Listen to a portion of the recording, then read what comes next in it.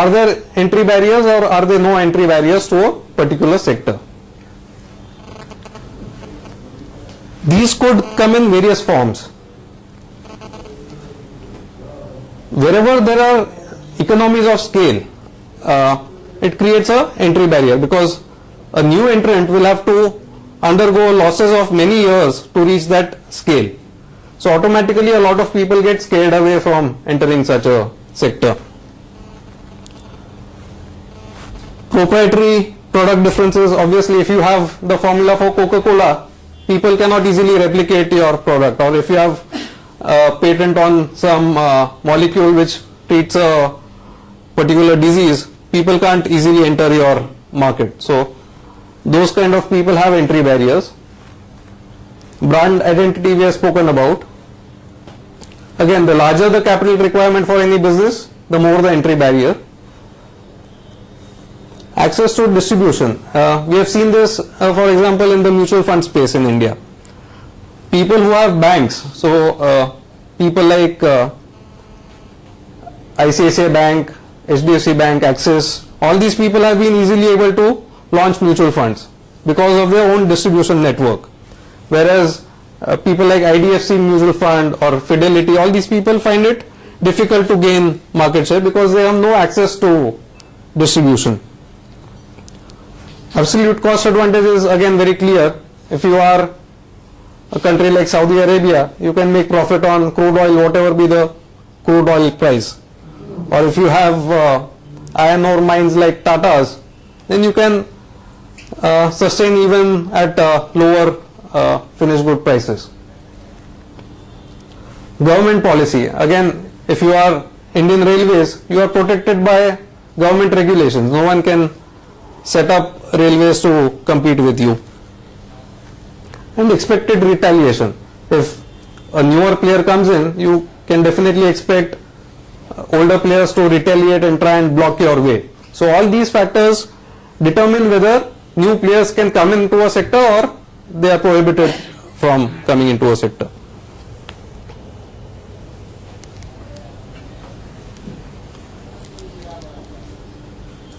See, the entire chain from the absolute bare minimum raw material which is extracted from natural resources to the final consumption at the point of the end consumer is called a value chain.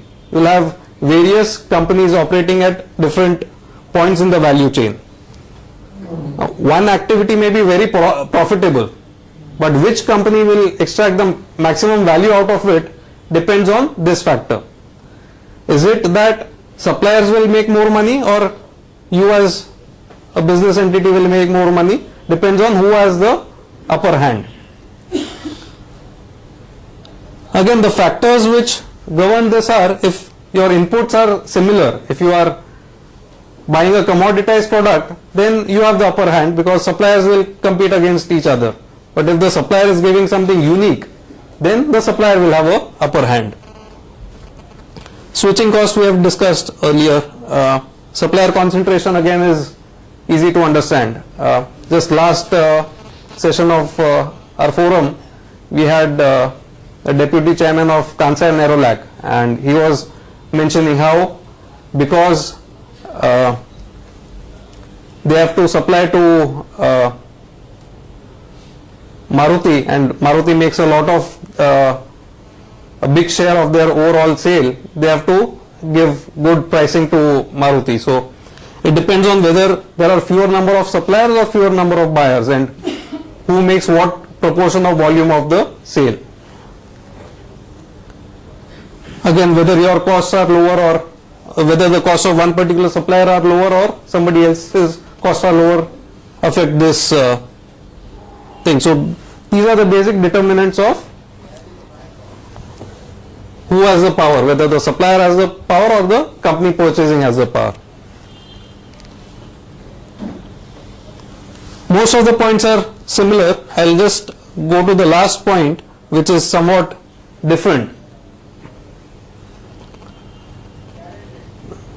Those of you who have visited a retail store of Big Bazaar or a food bazaar of late will have seen a lot of private labels over there. So you will have Kisan ketchup and a Maggi ketchup, and next to that there will be a ketchup brand which is of Pantaloon itself. They themselves get it manufactured by contract manufacturers and put it on their shelves. So in some products the importance of brand is not that high, and you are at the mercy of your stockist or a distributor. Now let's take another example.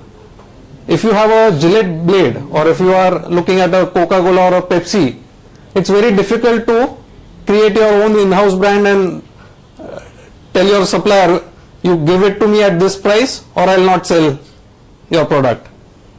Now Walmart has been famous for bullying all of its suppliers.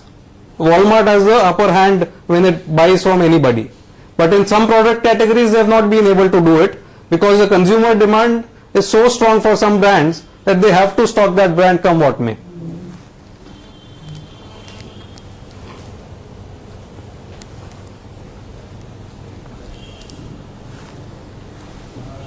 Different products will have different kinds of price sensitivity. If the product that you are purchasing forms only a small proportion of your total expenditure in a month, you won't worry too much about its price. Whereas if it's your main consumption item, you try to extract the best price out of the supplier. So if you are buying a matchbox, whether it costs 2 rupees or 20 rupees, you won't negotiate too much. On the other hand, if you are buying grocery items which you are going to consume on a regular basis over a long period of time, you will want a supplier who is very efficient.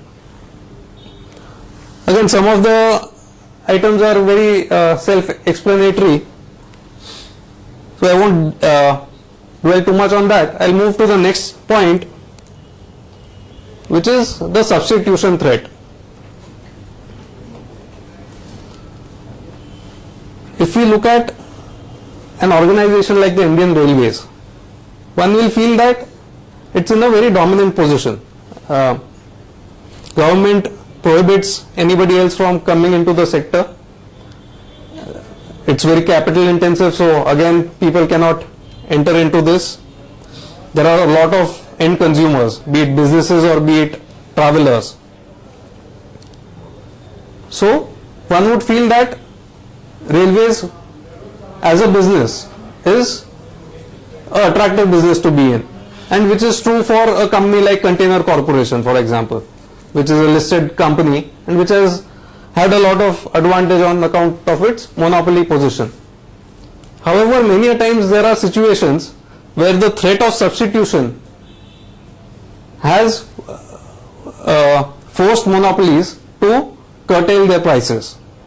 We have seen this in the case of railways in two areas. One area was the freight movement, the movement of industrial cargo, and second area was the air conditioned fares.